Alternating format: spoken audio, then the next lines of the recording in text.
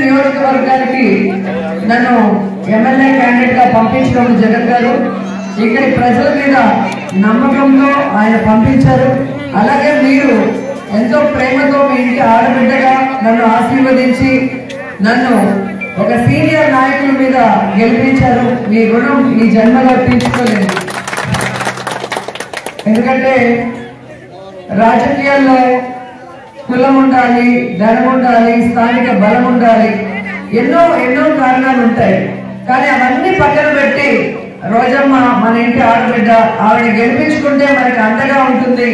మన ఇంట్లో మనిషి అయితే ఎమ్మెల్యేగా మనం ఏదైనా అడగచ్చు అన్న ధైర్యంతో మీరు అందరూ కూడా నన్ను ఎమ్మెల్యే చేశారు. నిజంగా జగనన్న ముఖ్యమంత్రి అయితే ఈరోజు రాజశేఖర్ రెడ్డి గారికి రెండింతలు ఎక్కువగా పేద ప్రజలకి ఎన్నో మంచి కార్యక్రమాలు చేయడానికి ఆయన ఎన్నో ప్రణాళికలు రచించడం జరిగింది. కానీ దురదృష్టవశాత్తు ఆయనకి అబద్ధాలు చెప్పడం చేత కాక, ఆయనకి అబద్ధపు వాగ్దానాలు చెప్పడం చేత కాక 5 లక్షల ఓట్ల తేడాతో ప్రతిపక్షంలో కూర్చోవాల్సి వచ్చింది. కానీ ఈరోజు అబద్ధాలతో అధికారంలోకి వచ్చిన వాళ్ళు బీసీ, ఎస్సీ, ఎస్టీ, మైనారిటీలని వాళ్ళకిచ్చే లోన్స్ లో నుంచి, వాళ్ళకిచ్చే ఇళ్ల నుంచి, వాళ్ళకిచ్చే పెన్షన్స్ వరకు ఏ విధంగా అర్హులైన వాళ్ళకి కాకుండా పార్టీని చూసి మరి జన్మభూమి కమిటీల పేరుతో ఏ విధంగా అన్యాయం చేస్తున్నారో మీరు అందరూ కూడా చూస్తున్నారు. సో ముఖ్యంగా అలాంటి పేదవాళ్ళకి, అలాంటి అర్హులకి అందుబాటులో ఉండాలని ఎప్పుడు కూడా మా ఆలోచన.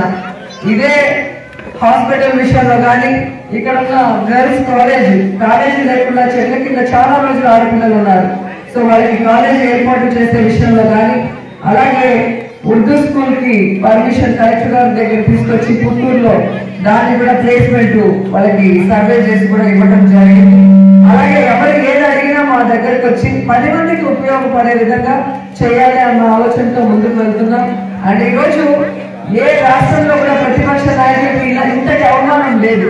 కానీ ఆంధ్రప్రదేశ్ లో ప్రతిపక్ష ఎమ్మెల్యేలని పురుగుల్లాగా చూస్తూ కనీసం మనుషుల్లాగా కూడా చూడకుండా, వారికి ఇచ్చే ఫండ్స్ కూడా 1 రూపాయి ఇవ్వకుండా మీరు ప్రజలకి దూరం అవ్వాలి, రేపు మీరు గెలవకూడదన్న ఆలోచనతో ఈరోజు అధికార పార్టీ వెళ్ళడం సిగ్గుచేటు. వాళ్ళు ఎన్ని జిమ్మింగ్లు చేసినా కూడా మేము మీకు అండగా ఉంటాం. మా శ్రాయశక్తిలో ఈ రోజు మీకు చేయగలిగిన న్యాయం చేస్తాం.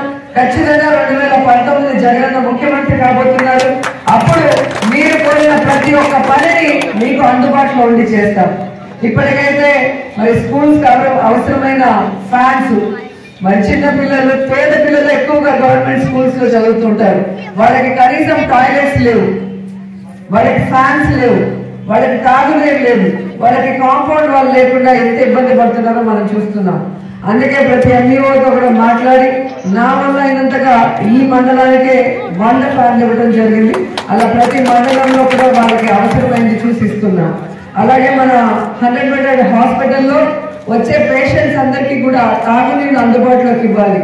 ఎందుకంటే నీటి వల్లే మనకి ఆరోగ్య సమస్యలు ఎక్కువగా వస్తాయి.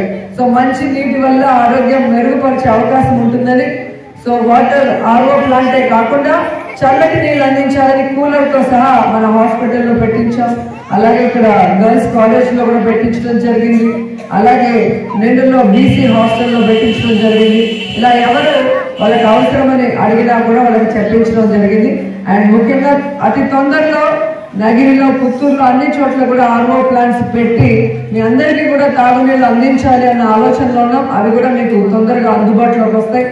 వాటితో పాటు వైఎస్ఆర్ అన్న క్యాంటీన్స్ కూడా పెట్టి పేద ప్రజలకి మరి రాజశేఖర్ రెడ్డి గారి ఆశీర్వాదంతో మీ అందరికీ కూడా మంచి భోజనం పెట్టాలన్న ఆలోచనతో మరి అవన్నీ కూడా ఏర్పాటు చేస్తున్నాం.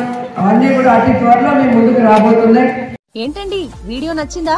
అయితే ఓ లైక్ వేసుకోండి, లేదంటే ఓ కామెంట్ చేయండి. ఎప్పటికప్పుడు మా వీడియోస్ చూడాలంటే సబ్స్క్రైబ్ చేసుకోండి.